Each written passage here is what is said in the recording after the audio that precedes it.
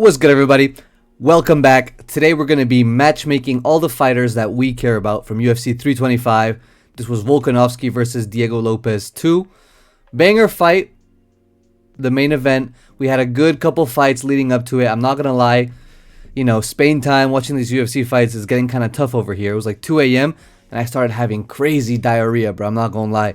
That shit was nasty. I was like moving back and forth from the bathroom, and since there were no women's fights, it was kind of an issue because I didn't have like them built-in bathroom breaks. But, you know, it is what it is. Let's get out to the first fighter on the card that we care about. Justin Tafa. Get ready to learn Chinese, buddy. This man has one of the worst ratio records in the UFC. I believe his record is 6-5 now. 6 wins, 5 losses in your professional MMA career. Bro, ni hao, buddy. Like, get ready to learn Chinese. You're going overseas. You're going to the PFL. You're going to fucking one championship. You don't belong in the UFC. Your brother is an okay UFC fighter. He's also shit, but he's a little better than you. You're here like purely nepotism based. Bro, go overseas. Go to another promotion. The UFC is obviously not it for you. Not gonna lie. He had me worried up against Elikana, you know, for a little bit, but get ready to learn Chinese. How are you ass in the light heavyweight division? It's one of the most shallow divisions, and you still can't get a win. All right. Next, Elikana versus Manyfield. So Manyfield is coming off of a loss. Elikana is coming off of a win. I think Elikana, since he's off of 3 wins in the UFC, like a UFC light heavyweight division, a 3-win streak is low-key like one of the better win streaks in the light heavyweight division. This division and the heavyweight division, they're so weak that honestly just get him into the rankings. Like, what else are you going to do? Make Elikana versus Manyfield. Manyfield's number 15th ranked, so, I mean, even if Elikana wins, he's not anywhere near a title shot, and nor should he be, based on that fuck-ass performance. But yeah, I guess give him a ranked opponent, the bottom of the barrel. If Manyfield wins this, which I think he would, then yeah. I mean, I don't even know how Elikana is at a 205. Look at his physique versus Manyfield's. Like, what are we... This guy's a 205er. Where is the 205 hiding, bro? He has to have a massive schlong. There's no other way. Next, Dariush versus Quillan Salkild. Now, Quillan Salkild, as we know, minority killer. Dariush, it does say he's American. I know what you are, buddy. I think he was from Afghanistan, or he was from one of these Arabic countries. Quillan Salkild, you know, minority killer. Put him up against Dariush. Fireworks. He deserves to be in the rankings. He's a big name now. He's garnered a lot of attention on social media. A lot of like YouTubers, you know, like Bedtime, Lucas Tracy, they talk about him a lot. They talk about his pattern, so to speak, based on his fights. So yeah, give him Dariush. This should be Dariush's retirement fight because he's probably gonna lose. And yeah, I mean, Dariush is coming off of 3 losses. No, he won against Moicano recently. And then he got slimed out by BSD. Like, really bad in the first 10 seconds. So, yeah, I mean, Dariush is old. He's not ever... Like, he's only going to lose from now on. So, give him Quillan. Build some more of that Quillan name. And, yeah, get him up in the rankings, man. That's what he deserves. Quillan had a great performance against Malarkey on this card. I'm not going to matchmake Malarkey because he was coming out on short notice. He's not a big enough name for us to care about him. But yeah, it was a good performance from Quillan. Submitted him, I believe, in the 2nd round. And yeah, Malarkey was alright for being a short notice guy. Next. A trend, as you can see for this video. Learning Chinese versus Tai Tuivasa, bro. Welcome to the Shanghai Sharks, my boy. Again, 6 fight plus losing streak. I believe it's 6 fights because before this fight, I was looking up his record on the UFC website. And it only shows your last 5 fights. And I saw loss. So it has to be a 6+ fight losing streak. Now, who do you know in the UFC that goes on a 6-fight losing streak and doesn't get cut? Tai Tuivasa, number 1. Tony Ferguson, number 2. Tony Ferguson, former interim champion. Should have fought Khabib 3 times. Beat fucking Edson Barbosa. Beat fucking... Pettis, bro, who has Tuivasa beat? What record has Tuivasa made? Like, what name has he made for himself?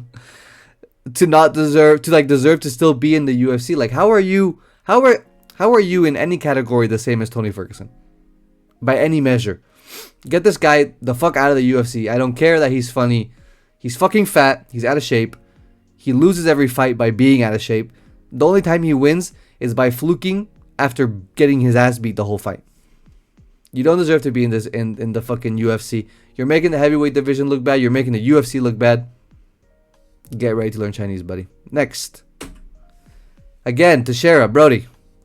That fight was fucking ass. I predicted you to win by round 1 TKO, and you take it to sloppy 3-round decision. Like, honestly, I don't know what the idea was. He's 15th ranked. He just beat the 11th ranked Tuivasa. How is Tuivasa still ranked after losing 6 in a row? I don't know. Give him Parkin. I believe Parkin is 8th ranked.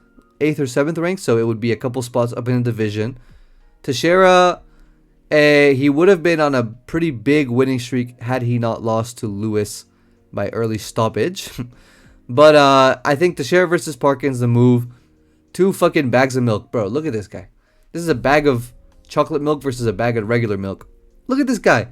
But you don't even know. Bro, I don't even need to point out who I'm saying when I say look at this guy. Both of these guys, they look like they could make light heavyweight at least. You're telling me you can't cut...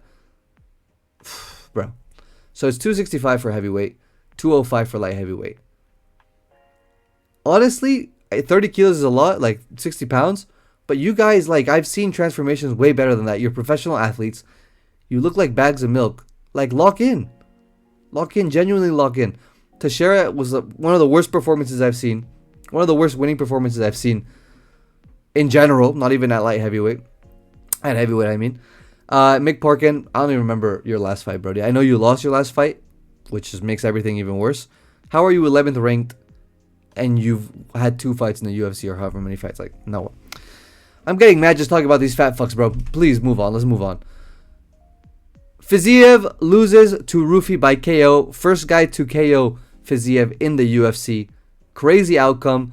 Great performance by Rufi. He just completely outclassed and outstruck a Muay Thai master like Fiziev. Like, Muay Thai's whole thing, like, Fiziev's whole thing is a striking. Honestly, I mean, he was going toe-to-toe with Justin Gaethje. He got dropped at moments, but, you know, he held his own. But he just got absolutely outclassed by Rufi. It really made me reclassify Rufi because after his loss to BSD, I could feel that his stock had really fallen much more than before. But he beat Fiziev's ass, bro. Knocked his ass out. Crazy. Give him Ziam. Ziam is on a good winning streak. He's he's like up and coming. He's not super entertaining, but he's up and coming in the division. I believe he's 15th ranked now.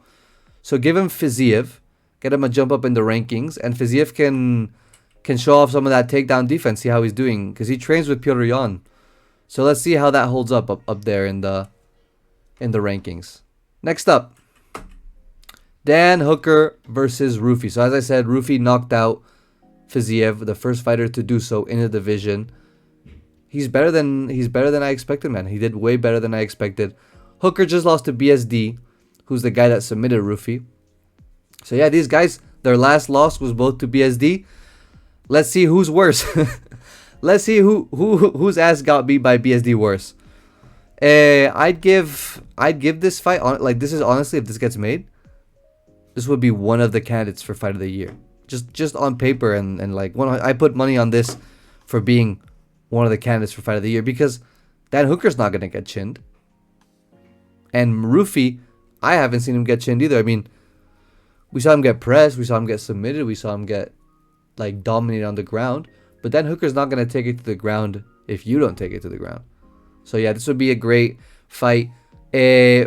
Stylistically, it would be very interesting because Rufi tends to be the longer fighter in his fights, with the better range management. We saw Dan Hooker was talking about, or BSD was talking about, he had to press Dan Hooker because he knew that Dan Hooker was going to keep him at range if he let him. So yeah, let's see how Rufi does in a matchup where he doesn't have the length advantage. And let's see how he does when the other guy is, again, primarily striking, longer. This would be one of the banger, like a real banger matchup on whatever card it's on. It could honestly be its own main event, like a Fight Night main event. Next, the winner of the BMF belt versus Benoit Saint Denis. He was calling this out. You know, there's not much more you can do right now with Saint Denis' position in this division. He's fifth, I believe, fifth or sixth. Above him, we have Gaethje, Oliveira, Max Holloway, Armin Sarukian, Ilya. He loses to all these guys. I'm sorry, Benoit, but like, you're too good, but not good enough. Like, you're too good where we can't give you someone down in the rankings. Like, we're not going to give you Paddy, I think, because you'd be fighting down, I believe. And we're not going to give you anyone below that. So, yeah, I mean, he has to go against the winner of the BMF. I think he deserves it. You could also give him the loser. But I think I do loser versus Paddy, since you don't want to... You don't want to like lose your big names. So if a big name fights a big name, you're not losing any big name. But if you give Paddy to, like, imagine you gave Paddy to Fares Ziam, right? Like a hypothetical. And Fares Ziam wins, you lose a lot of the Paddy value at that point as a UFC, while not really gaining too much in the way of Ziam. Ziam gets a big win in his career, but that's about it. Like, he's not getting name value. He's not entertaining. Same thing with Benoit. So Benoit's situation, you'd have to give him the winner. No way you'd give him the loser. And I'd give the loser to Paddy, man. Yeah, I think that's what I do. We're not matchmaking Paddy on this one, but I think I made a lightweight matchmaking video, and that's what I do in this situation. All right. Next. Coulon, let's make this fucking fight. This has been brewing since the first Diego Lopez versus Volkanovski fight. I believe that's when that press conference was. So apparently, if you guys don't know, Yair's team was pressing one of Diego Lopez's gym members, and then Diego Lopez went and they jumped someone on Yair's team. Something like that happened. Yair called Lopez out at the press conference and said, "Yeah, your team, whatever. They were fucking messing with my guys," and Lopez fired back. And then Yair just called him a culon, which honestly, like, if you guys know Spanish, it's not a big insult.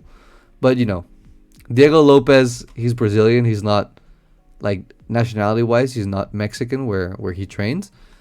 But he took that to heart. I guess he doesn't like getting called culon. But make this fight. This has been brewing. Yair is coming off of a win against Pitbull. Shit-ass win, but, you know, he only comes out if he has big fights. And Lopez is coming off 2 losses to Volk, so he's not getting another title shot for sure anytime soon. Make this fight. If Lopez wins this fight, then he'll fight the winner of... whoever wins this fight will fight the winner of Volk in the next title fight, if it's not Volk. That's kind of the stipulation. So if Murphy or Evloev beat Volk, then they get to fight the winner of this fight. Next. Volk versus the winner of Lerone or Evloev. So as we know, Evloev has been the number 1 ranked contender. It feels like for a year and a half now. He beat Aljamain Sterling to get that number 1 ranking. And he's just been chilling there ever since. He has a win over Lopez.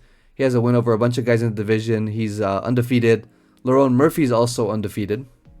He just got a crazy spinning... Well, not just, but he got a crazy spinning elbow knockout against Aaron Pico, who was coming in as a big name from another organization.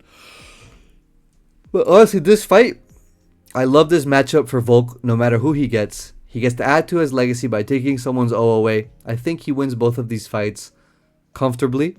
Maybe has some weird wacky moments. I think he beats Lerone's ass bad. And I think Evloev is a little bit of a tougher matchup purely because of the wrestling style of Evloev. But I think he can get it done even at his older age.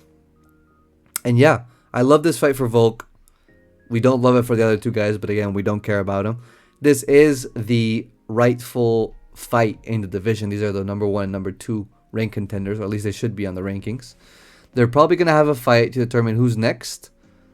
And yeah, I mean, if not, then it's probably going to be Lerone first and then Evloev. That's what I do given these rankings, these situations. But yeah, what do you guys think of this last main event? What did you guys think of the fight in general, UFC 325? Let me know what you do with the rankings, if you'd make any other matchups, and let me know if I missed any fighters. Did you want to see fucking Queen saying duck on this fucking fight. Did you want to see me matchmake? Did you want to see me matchmake Malarkey? Like, let me know. Thank you for watching. I'm gonna go take a couple fish oil pills.